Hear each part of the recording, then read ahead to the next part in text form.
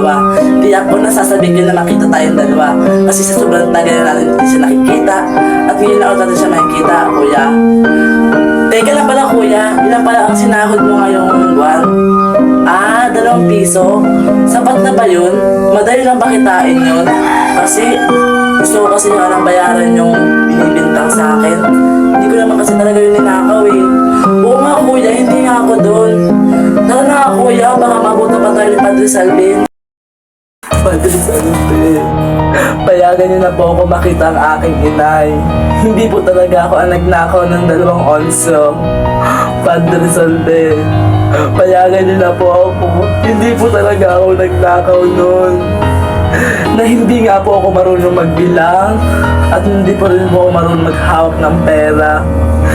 Hindi po ako tinuruan ng aking mga magulang magnakaw, Padre Salvin. Padre Salvin, gusto ko na po makita ang aking inay. Matagal na po kaming hindi nagkikita.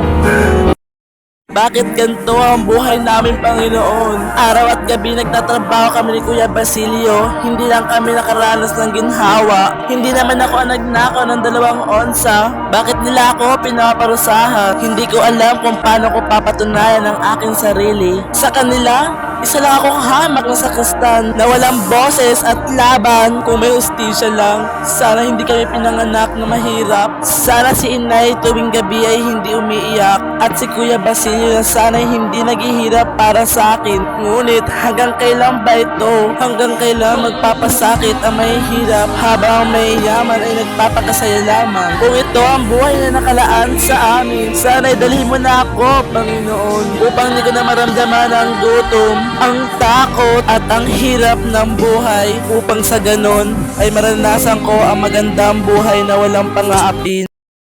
Padre Salvin, matagal na po hindi kumakain.